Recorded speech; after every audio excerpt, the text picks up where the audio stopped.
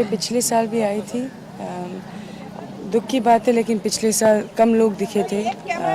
अच्छी बात यह है कि इस साल और ज़्यादा लोग दिखते हैं और आई प्रे कि हर साल ज़्यादा लोग दिखे because he is the film he is the face of that the recognise that recognise thing of the film industry. So इस जगह पे and me being a newcomer, I always come here to take blessings wherever I am, चाहे busy हूँ, shooting में हूँ या कुछ भी कर रही हूँ, but this is something, everyone should come here to take the blessings. हर साल यहाँ पे ज़्यादा से ज़्यादा लोगों को आना चाहिए because Dada Saheb Phalke is the Indian cinema का, वो बोलते हैं ना, वो जो नाम है वो पर्सनैलिटी है। और डेफिनेटली फ़ायदा और नुकसान क्या है, आप जो आपकी गॉड फादर है, अगर आप उनकी आप ब्लेसिंग्स नहीं लो तो फिर आप लाइफ में क्या करोगे। आपको बहुत जल्द मैं अपनी दूसरी मूवी की अनाउंसमेंट दूंगी, मैं उसी में फ़िलहाल बिजी हूँ, इसीलिए फ़िलहाल कंट्रोवर्सीज बहुत कम कर रही हूँ। डेफिनेटली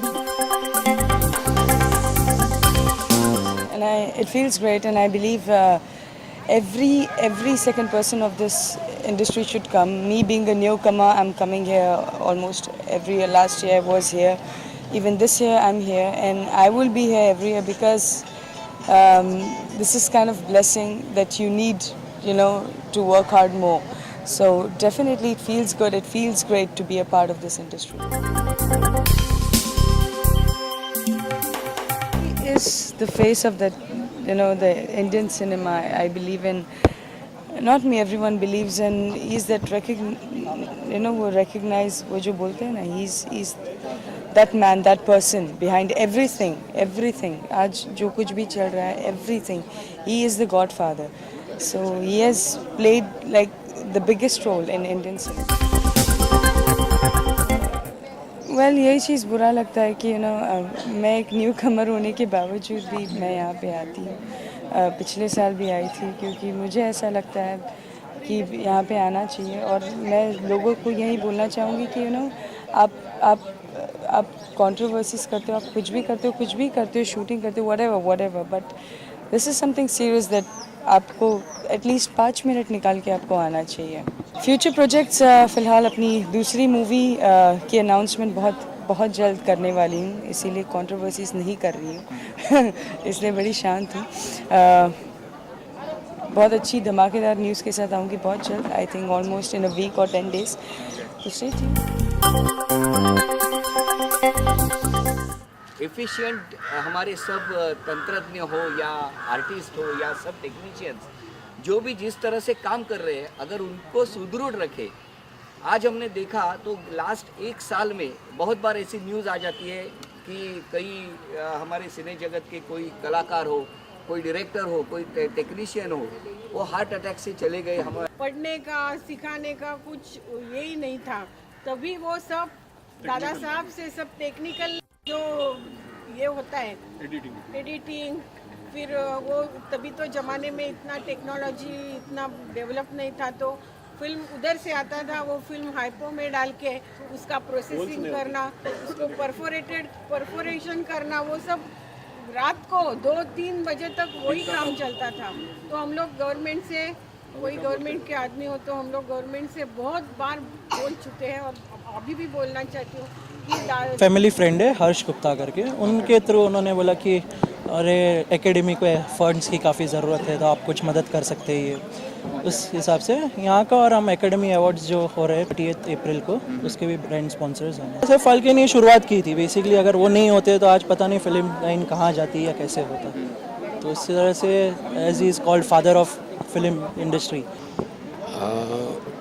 ये मेरे बहुत बड़े सौभाग्य की बात है कि दादा फाल्के के पुण्यतिथि पे मैं आज यहाँ पे शामिल हुआ हूँ और ये देख के मुझे बहुत अच्छा लगा कि मतलब एक फिल्म में मैं जो काम किया उसके अलावा भी जो भी किया हूँ, इसके साथ साथ आज मुझे इंडस्ट्री में मतलब कति इतना तो मिला कि दादा साहब फाल्के के कति पुण्यतिथि में कति आ सकूँ, और बस यही बहुत अच्छा लग रहा है मुझे। और एक तौर से ये देखना चाहिए कि सभी को आना चाहिए, सारे आर्टिस्ट को एक साथ बड़े तादाद में होना चाहिए। अभी ये तो नहीं कह सकता कि कब देखने को मिलेगा, कहते बहुत जल्दी देखने को मिलेगा। और मुन्ना मांगे मेम साहब फिल्म का नाम है, इसमें मेरा लीड कैरेक्टर है कहते मुन्ना का।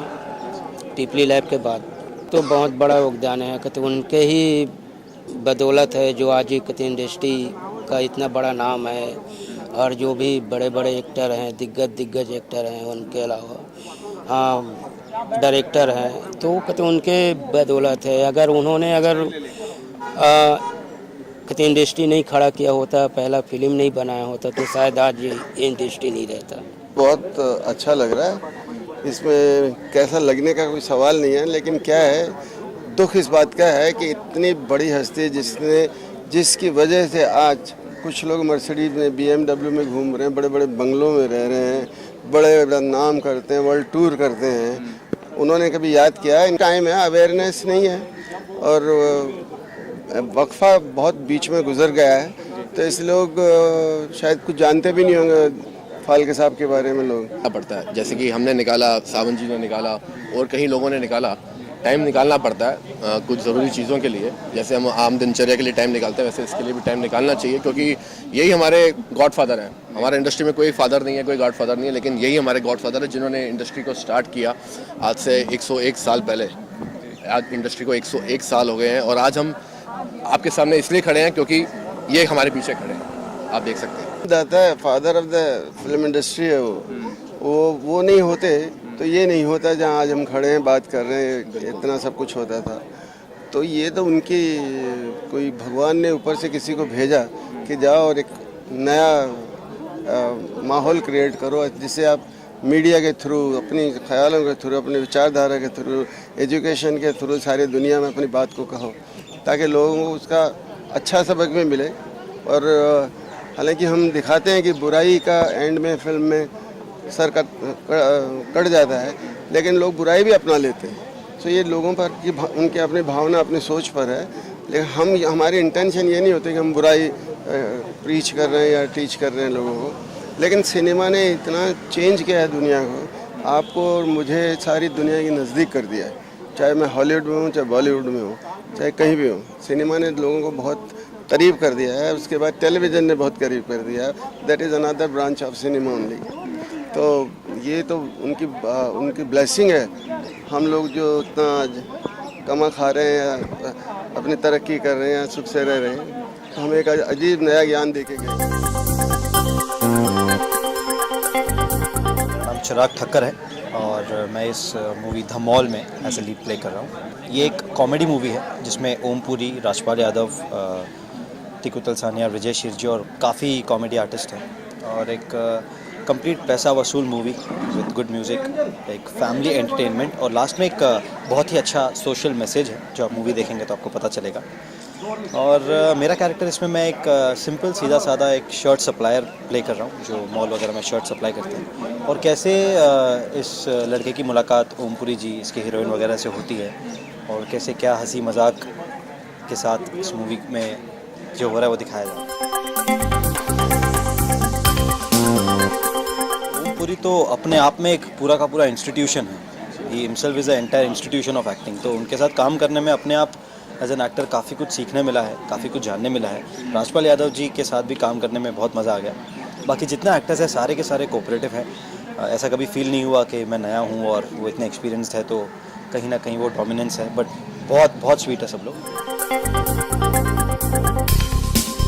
दर्शकों को स्क्रीन पे देखने मिलेगा मई का डेट्स प्रोड्यूसर्स जी वगैरह डिसाइड कर रहे हैं कि कैसे सही टाइम है रिलीज़ का, तो तब रिलीज़ होगा। पिछले 50 साल से इसी लाइन की दाल रोटी खा रहा हूँ।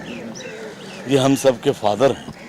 आज इन्हीं की वजह से ना जाने कितने लोग पल रहे हैं और बड़ी शर्म की बात है, इतने महान लोग, महान एक्टरों को आना चाहिए श्रद्धांजलि के लिए। मैं तो कहूँगा जब तक ये दुनिया है, जब तक दुनिया में फिल्में बनती रहेंगी, दादा फाल्के का नाम कभी नहीं बुलाया जाएगा।